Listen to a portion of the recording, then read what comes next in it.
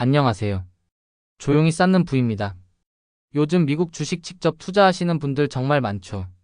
하루에 한 번은 달러 환율 확인하고 밤마다 S&P 500 지수를 보면서 잠드는 분들도 계실 거예요. 그런데 연말이 다가오면 유독 많이 들리는 말이 하나 있습니다. 해외 주식은 250만 원까지는 세금이 안 붙는다던데요. 그리고 그 다음 질문이 꼭 따라오죠. 그럼 그걸 일부러 팔았다가 다시 사면 이득인 건가요? 오늘은 바로 그 이야기를 아주 차분하게 풀어보려 합니다. 이건 숫자나 규제보다 투자 습관의 이야기예요. 조용히 쌓는 부가 늘 강조하죠. 복리는 돈이 아니라 행동에서 만들어진다. 이번 주제는 그 복리의 아주 실질적인 한 축인 절세의 복리입니다. 오늘 끝까지 보시면 해외 주식 투자자라면 매년 연말에 반드시 챙겨야 할 세금 없는 수익 쌓는 법을 확실히 이해하실 수 있을 거예요. 혹시 지금 처음 오셨다면 이런 조용하지만 강력한 투자 루틴이 궁금하신 분들은 지금 구독 버튼 살짝 눌러두세요.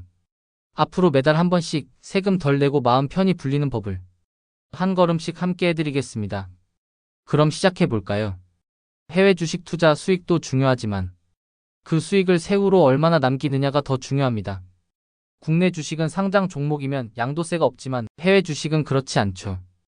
연간 순이익 250만 원을 넘는 순간부터 그 초과분에 대해 22%의 세금이 붙습니다.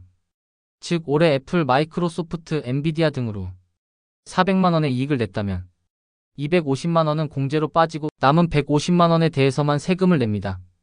22%면 약 33만 원. 그런데 여기서 중요한 건 그 공제는 쓰지 않으면 사라진다는 것입니다. 내년으로 2월 되지 않아요. 올해 이익을 확정해야만 그 250만 원을 세금 없이 내 자산으로 잠글 수 있습니다. 그래서 이 시점쯤 되면 고수 투자자들은 하나씩 움직입니다. 공제한도 다 채웠나? 그리고 필요하다면 일부 종목을 매도했다가 바로 재매수합니다. 이걸 흔히 절세 리밸런싱이라고 부르죠. 그럼 왜 이런 일을 할까요? 겉으로 보면 이상합니다. 팔고 다시 사면 똑같은데 굳이 거래 비용까지 내면서 왜 그럴까? 그 이유는 명확합니다. 세금 없이 이익을 확정할 수 있기 때문이에요.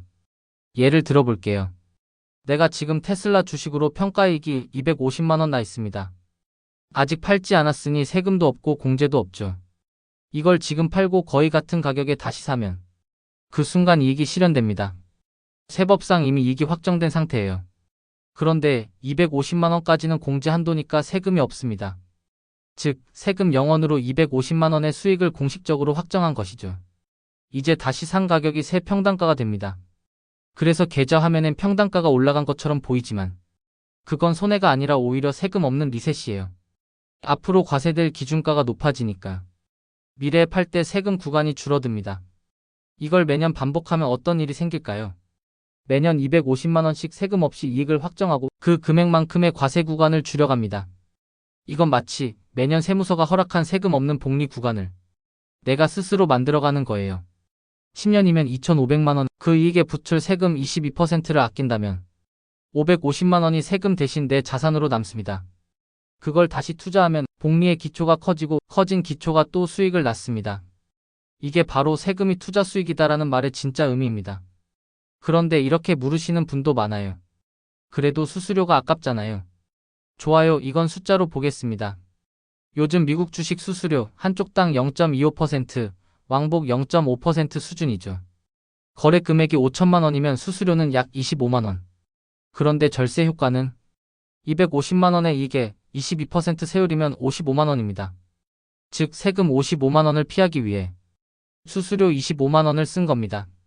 순이익 30만 원. 이게 단순히 한 해만 그런 게 아닙니다.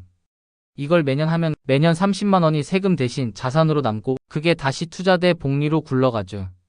결국 10년이면 수백만 원의 차이로 이어집니다. 여기서 또 현실적인 의문이 나오죠. 그럼 언제 팔아야 올해 공제에 들어가나요? 이게 의외로 중요합니다. 해외 주식은 T+2 결제입니다. 매도 후 2영업일 뒤에 결제가 완료돼요. 그런데 12월 말엔 휴장일과 주말이 겹칩니다. 특히 12월 25일은 크리스마스 휴장, 24일은 조기 폐장이 많은 편입니다. 그 주가 지나면 금세 주말이 끼고 결제일이 다음 해로 넘어갈 위험이 커지죠. 그래서 실무적으로는 12월 셋째 주, 즉 12월 15일에서 20일 사이에 매도 체결을 마치는 게 가장 안전합니다. 이 시기에 매도하면 결제도 올해 안에 끝나고 휴장 리스크도 없습니다. 연말마다 이 주간을 절세 리밸런싱 주간으로 잡아두세요. 마치 연금 납입일처럼요. 12월 셋째 주는 세금 점검 주간. 이 한 줄만 기억해도 세후 수익률이 완전히 달라집니다. 이제 또 이런 질문이 생깁니다. 지금은 수익이 별로 없어요. 그래도 해야 하나요? 아니요. 이 전략은 어디까지나 이익이 났을 때만 의미가 있습니다. 손실이라면 서두를 필요 없습니다. 대신 같은 해 안에 다른 종목에서 수익이 났다면 손실과 수익을 서로 상계할 수 있습니다. 예를 들어 A 종목 마이너스 200만원, B 종목 플러스 300만원이라면 순이익은 100만원으로 계산되죠. 그럼 그 100만원까지는 세금이 없습니다. 즉 수익 난 건 조금 팔고 손실 난 건 함께 정리하는 구조로 가면 한 해 전체 세금이 크게 줄어듭니다. 손실은 2월 공제가 안 되기 때문에 같은 해 안에서 정리한다는 감각이 중요합니다. 이걸 매년 한 번씩 챙기면 세금이 깎이는 게 아니라 아예 안 생기는 구조가 만들어집니다. 여기서 잠깐 이런 생각도 들어요. 근데 팔았다가 바로 살 때 가격이 튀면 어떡하죠? 좋은 질문입니다. 이건 시간 리스크예요. 매도하고 바로 재매수까지의 짧은 공백 동안 주가가 움직일 수도 있죠. 하지만 대부분 몇 초 몇 분 사이에 체결하면 가격 차이는 거의 미미합니다. 그래도 불안하면 거래량이 풍부한 대형주나 ETF 위주로 하세요. 예를 들어 SPY, QQQ, SCHD 같은 ETF들은 스프레드가 거의 없습니다. 또 하나 혹시 미국의 워시세일 규정을 들어보셨을 겁니다. 미국은 손실을 확정하고 30일 이내에 같은 종목을 사면 그 손실을 세금 계산에서 제외합니다. 하지만 한국 세법엔 그 규정이 없습니다. 게다가 우리가 하는 건 손실 확정이 아니라 이익 확정이기 때문에 워시세일 이슈와는 전혀 무관합니다. 그럼 다시 현실로 돌아가서 이익 확정 후 평단가가 올라간 계좌를 보면 조금 기분이 묘하죠. 내가 더 비싸게 산 것 같아. 하지만 진짜로 오른 건 세후 자산입니다. 그 평단가 상승은 세금을 한번 막아낸 증거예요. 평단가가 오른 게 아니라 세금이 빠진 것이죠. 그렇게 한 해, 두 해, 다섯 해를 보내면 계좌는 어느새 세금 면역 체질로 바뀝니다. 과세 구간은 점점 줄고 자산의 기초는 점점 단단해집니다. 이게 바로 조용히 쌓는 부의 핵심이에요. 세금은 우리가 통제할 수 있는 몇 안 되는 투자 요소입니다. 시장도 금리도 환율도 내 마음대로 안 되지만 세금 타이밍은 내가 결정할 수 있습니다. 그래서 부자들은 세금 이야기를 자주 합니다. 왜냐면 그건 운이 아니라 구조이기 때문이에요. 한 번만 실천하면 그 다음부터는 습관이 됩니다.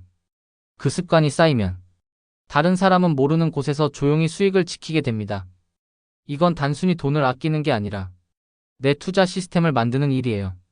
매년 같은 시기 같은 행동을 반복하면서 내가 세금이 아닌 복리를 키운다는 자각이 생깁니다. 그 자각이 생기면 시장이 흔들려도 마음이 훨씬 편안해집니다. 마지막으로 실제 숫자를 한 번 더 감각적으로 볼까요? 연 55만원 절세 효과를 매년 10년 동안 쌓는다고 가정하면 단순 합계 550만원. 그걸 연 6% 복리로 굴리면 10년 뒤 약 730만원이 됩니다. 세금을 안 낸 돈이 다시 수익을 낳는 구조. 이게 복리의 본질이에요.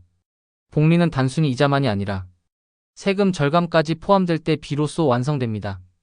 그걸 가능하게 하는 게 바로 이 매도 후 재매수 전략, 즉 연말 공제 리밸런싱입니다.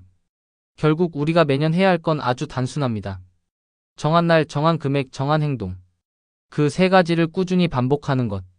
매년 12월 셋째 주 올해의 이익을 확인하고 공제 한도까지 확정해 두세요. 그 한 번의 행동이 당신의 세후 복리를 10년, 20년 후 완전히 달라지게 만듭니다. 조용히 쌓는 부의 이름처럼 이건 요란하지 않지만 강력한 전략입니다. 매년 250만원, 그 작은 공제를 진심으로 아끼는 사람만이 세금이 아닌 시간의 편에 설 수 있습니다. 조용히 쌓는 부, 마음이 편안해지는 투자 이야기. 이 영상이 도움이 되셨다면 구독과 좋아요로 함께 해주세요. 여러분의 투자 여정에 작은 힘이 되겠습니다. 오늘 내용은 정보 전달을 위한 일반적인 내용입니다. 최종 판단과 책임은 투자자 본인에게 있습니다. 오늘도 조용히 쌓는 부와 함께 해주셔서 고맙습니다.